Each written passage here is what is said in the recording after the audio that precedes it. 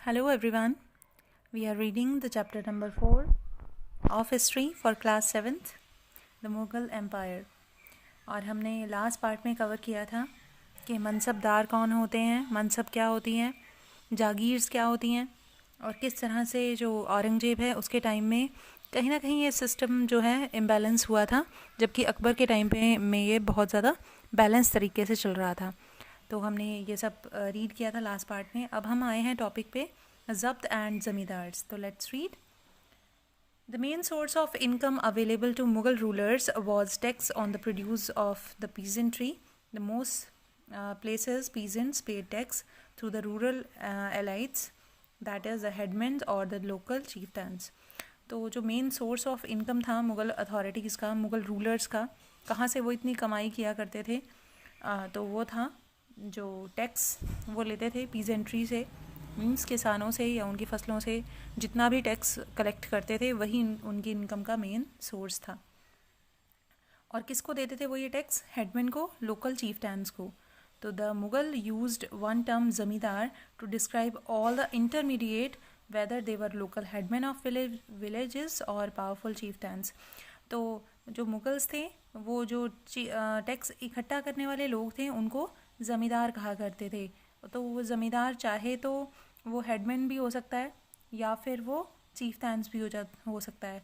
क्योंकि वो tax collect किया करते थे इसीलिए उनको ज़मींदार बोला जाता था अकॉर्डिंग टू द मुगल्स. तो मुगल्स जो है ये टर्म यूज़ करते थे ज़मींदार.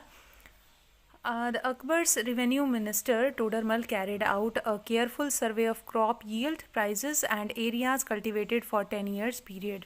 तो अकबर का जो रिवेन्यू मिनिस्टर था, जो फाइनेंशियल मिनिस्टर था, जो ये देखता था कि रिवेन्यू जो है वो ठीक तरह से कलेक्ट हो रहे हैं या नहीं हो रहे, कोई ज़मींदार ज़्यादा रिवेन्यू को तो कलेक्ट नहीं कर रहा. तो इन सब चीज़ों को जो ध्यान रखता था उस मिनिस्टर का नाम था टोडरमल. तो टोडरमल तो जो था वो केयरफुल सर्वे करता था जितनी भी फसल हुई है उनका, उसके बाद जो है उनका टैक्स बनाता था कि इतना टैक्स जो है हमें 10 सालों में इस ज़मीन से लेना है. तो 1570 to 80 on the basis of the data tax was fixed on each crop in cash. तो 1570-80 की अगर बात करें तो टैक्स जो था वो फिक्स हो गया था हर एक क्रॉप पे. Each province was divided into revenue circles with its own schedule of revenue rates for individual crop. तो फिक्स हो गई थी सारी चीज़ें कि कितनी क्रॉप पे कितना रिवेन्यू जाएगा, कितनी ज़मीन पे कितना रिवेन्यू देना पड़ेगा और क्या उगेगा और उसको कितना पे करना पड़ेगा मुग़ल अथॉरिटीज़ को. तो it is already decided in 1570 and 80. This revenue system was known as zabt. इस सिस्टम को कहा जाता था zabt. It was prevalent in those area where Mughal administrators could survey the land and keep very careful account. This was not possible in provinces such as Gujarat and Bengal. तो बहुत ही ज़्यादा ध्यान रखा जाता था इन टैक्स कलेक्शन का कि किस तरह से टैक्स कलेक्शन की जा रही है ज़मींदारों के द्वारा.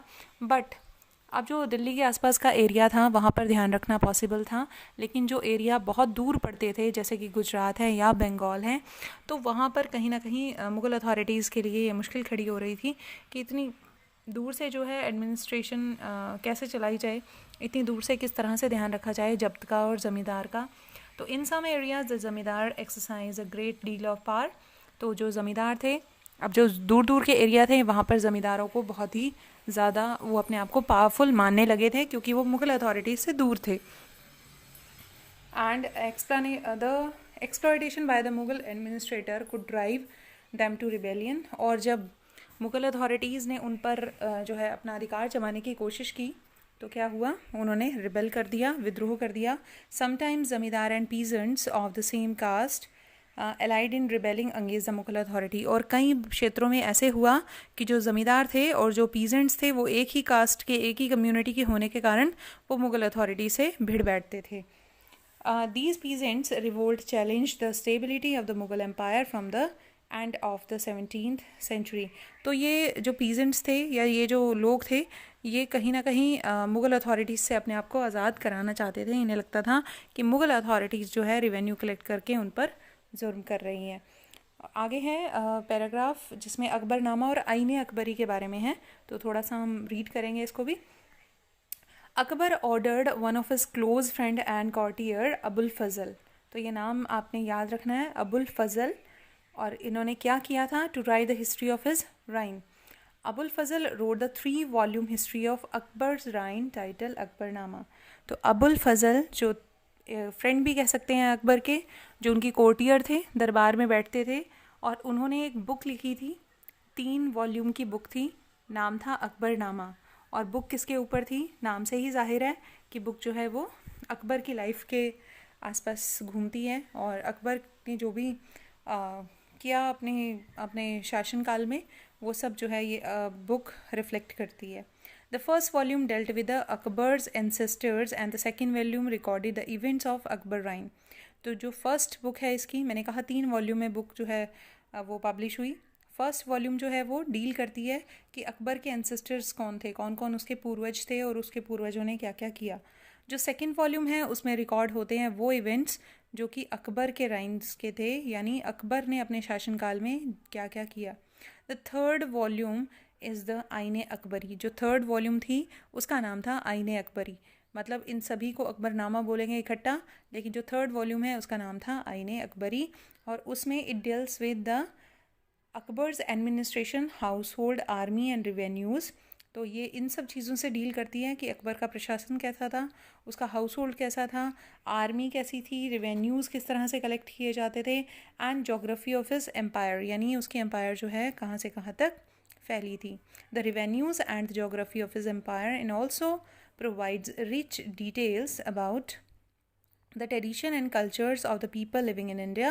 The most interesting aspect about the Aine Akbari is its rich statistical details about things as diverse as crop yield, price, wages and revenues.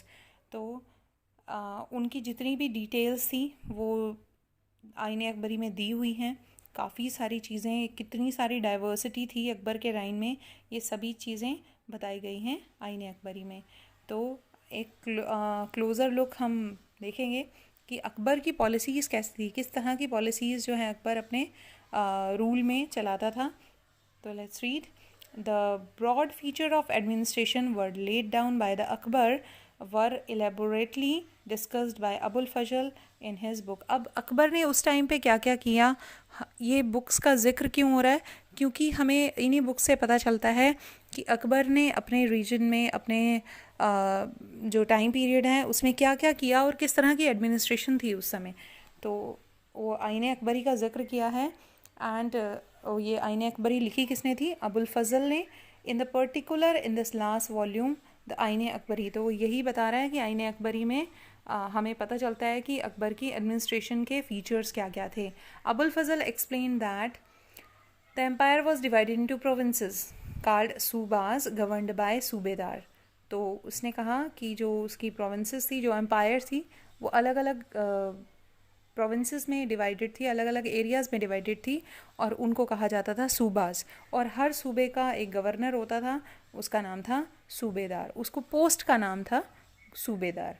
तो सूबा और सूबेदार, सूबा अलग अलग, जो जैसे हम इंडिया को अब राज्यों में बांटते हैं, तो अकबर का जो एम्पायर था वो भी अलग अलग रीजन में बटा हुआ था, और हर एक रीजन को सूबा बोला जाता था, और सूबा का जो गवर्नर होता था उसको सूबेदार कहते थे। Who carried out both the political and military function. तो ये सूबेदार करता क्या था? पॉलिटिकल और मिलिट्री फंक्शन दोनों करता था, यानी पॉलिटिकल मैटर भी देखता था उस एरिया के, और जो मिलिट्री फंक्शंस हैं वो भी करता था, यानी उस एरिया की सुरक्षा का भी इस पर ही जिम्मा था। Each province also had a financial officer और दीवान। तो हर एक जो प्रोविंस होती थी, हर एक जो सूबा होता था, उसका एक फाइनेंशियल मिनिस्टर भी होता था, उसको कहते थे दीवान। यानी जो गवर्नर था उसको बोलेंगे सूबेदार, और जो फाइनेंशियल मिनिस्टर है उसको बोलेंगे diwan. For the maintenance of peace and order in his provinces. तो ये जो दीवान था ये फाइनेंशियल चीज़ें देखता था, फाइनेंशियल यानी पैसे से रिलेटेड जितने भी मामले थे उस सूबे के, वो कौन देखता था? दीवान।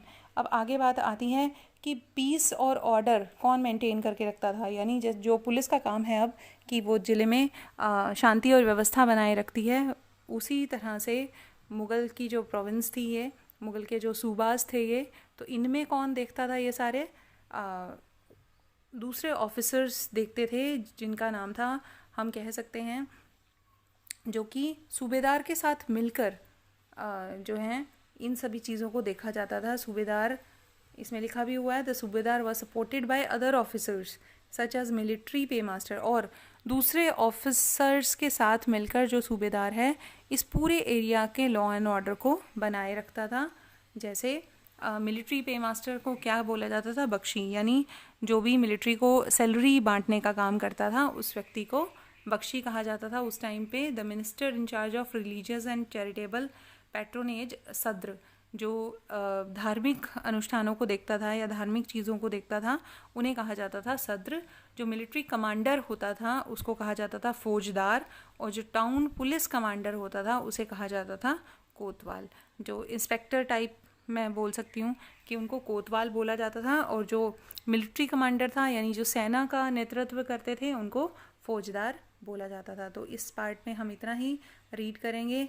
नेक्स्ट हम नूरजहाँ का इन्फ्लुएंस देखेंगे जहांगीर के कोर्ट में, और अकबर के नोबल्स के बारे में पढ़ेंगे थोड़ा सा और।